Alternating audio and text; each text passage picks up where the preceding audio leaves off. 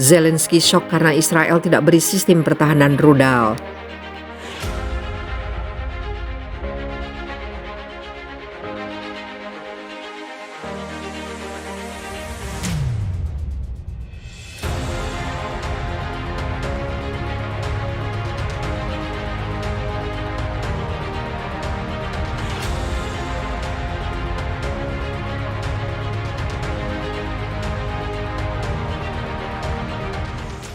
Presiden Ukraina Volodymyr Zelensky shock karena Israel tidak bisa memberikan sistem pertahanan rudal untuk membantu melawan serangan Rusia. Keterkejutan Zelensky disampaikannya dalam sebuah wawancara dengan wartawan Prancis. Namun kantor kepresidenan Ukraina merilis rekaman wawancara pada hari Sabtu sebagaimana dilansir Reuters. Zelensky sebetulnya sudah lama meminta sistem pertahanan rudal Iron Dome Israel setelah Rusia menginvasi Ukraina pada Februari. Iron Dome dipasang Israel dan digunakan untuk mencegat roket yang ditembakkan oleh kelompok milisi Palestina di Gaza. Komentar Zelensky tersebut lebih kuat daripada yang dia lontarkan kepada Israel pada Maret lalu. Karena itu, dia mencela Israel karena keengganannya untuk mengirim senjata. Israel saat itu tidak menyatakan komitmennya karena hanya mengatakan akan membantu Ukraina sebanyak mungkin. Israel sendiri mengikuti langkah negara-negara barat dengan mengutuk invasi Rusia ke Ukraina. Saya mengerti mereka memiliki situasi yang sulit mengenai situasi dengan Suriah dan Rusia, kata Zelensky. Saya menyatakan fakta percakapan saya dengan para pemimpin Israel tidak membantu Ukraina, sambung Zelensky. Israel akui masih ketar-ketir dengan Rusia. Israel tidak belak-belakan membantu Presiden Zelensky yang juga Yahudi.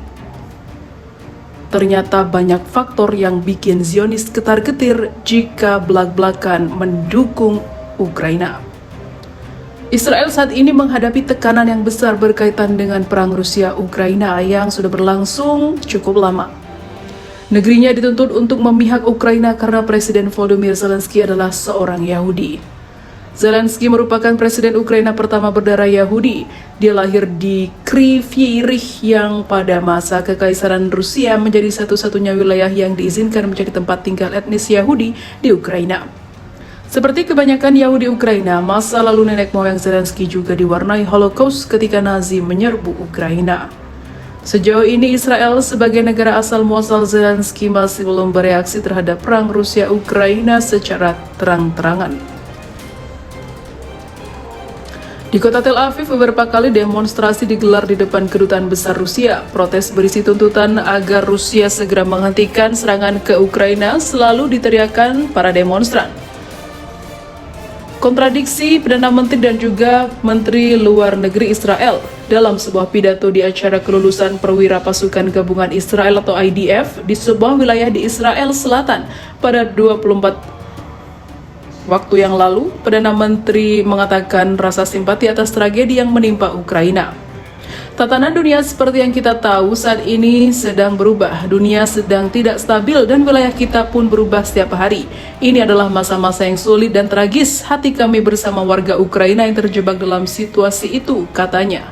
Namun hingga saat ini, seperti diketahui, Israel masih belum terang-terangan untuk mengirimkan banyak bantuan ke saudaranya tersebut. Melangkah hati-hati. Segala jenis bantuan untuk Ukraina yang diberikan Amerika Serikat dan sekutu NATO ditambah sanksi ekonomi terhadap Rusia diyakini tidak akan berpengaruh besar apapun terhadap tindakan negeri beruang merah itu. Itu sudah dibuktikan dengan sanksi Amerika dan sekutunya terhadap Korea Utara dan Kuba yang sudah diberlakukan sejak 1950-an.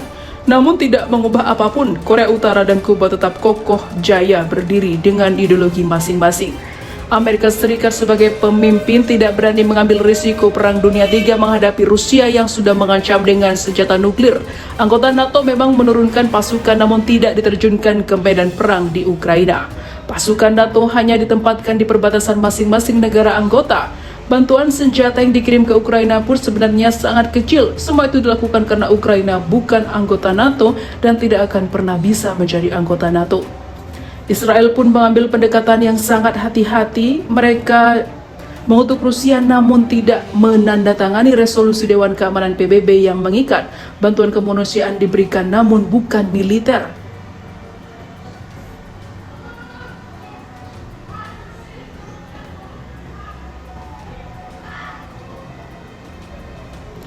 Ada 5 faktor pemicu keraguan Israel. Israel harus berhati-hati menentukan sikap karena 5 faktor yang berpotensi memberatkan mereka jika salah melangkah. Pertama adalah posisi Rusia sebagai pemasok utama teknologi dan bahan baku nuklir Iran. Jika Israel sampai salah langkah, bukan tidak mungkin keran bantuan nuklir Rusia ke Iran akan diperlebar. Jelas itu membahayakan Israel yang berseteru dengan Iran. Kedua, Rusia merupakan pemasok utama persenjataan ke Suriah, tetangga yang sama sekali tidak akur dengan Israel. Rusia dapat memberi Suriah bantuan sistem anti pesawat paling canggih di dunia S-400 yang jelas bakal membatasi ruang gerak Israel di negara tetangganya itu.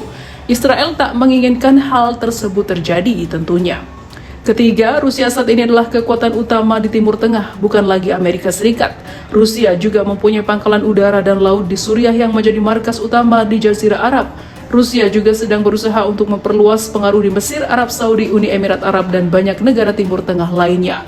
Keempat, di Rusia dan Ukraina terdapat populasi etnis Yahudi yang besar. Kesejahteraan, keamanan, dan juga hubungan mereka dengan Israel sebagai negara leluhur dijaga dengan sangat baik. Mereka diberi kemudahan untuk berimigrasi. Kelima merupakan yang paling penting, Israel harus mampu meredam Amerika Serikat untuk tidak gegabah ikut perang dengan alasan apapun. Sejauh ini Amerika Serikat mendukung penuh misi diplomatik Israel dalam menangani perang Rusia versus Ukraina. Semua fakta di atas memang terasa menyedihkan untuk Ukraina, namun itulah yang harus dihadapi Israel. Jika harus bermain api dengan Rusia, maka sanksinya tidak main-main. Zelensky sebetulnya sudah lama meminta sistem pertahanan rudal Iron Dome Israel setelah Rusia menginvasi Ukraina pada Februari. Iron Dome dipasang Israel dan digunakan untuk mencegat roket yang ditembakkan oleh kelompok milisi Palestina di Gaza. Komentar Zelensky tersebut lebih kuat daripada yang dia lontarkan kepada Israel pada Maret lalu. Karena itu, dia mencela Israel karena keengganannya untuk mengirim senjata. Israel saat itu tidak menyatakan komitmennya karena hanya mengatakan akan membantu Ukraina sebanyak mungkin. Israel sendiri mengikuti langkah negara-negara barat dengan mengutuk invasi Rusia ke Ukraina. Saya mengerti mereka memiliki situasi yang sulit mengenai situasi dengan Suriah dan Rusia, kata Zelensky. Saya menyatakan fakta percakapan saya dengan para pemimpin Israel tidak membantu Ukraina, sambung Zelensky.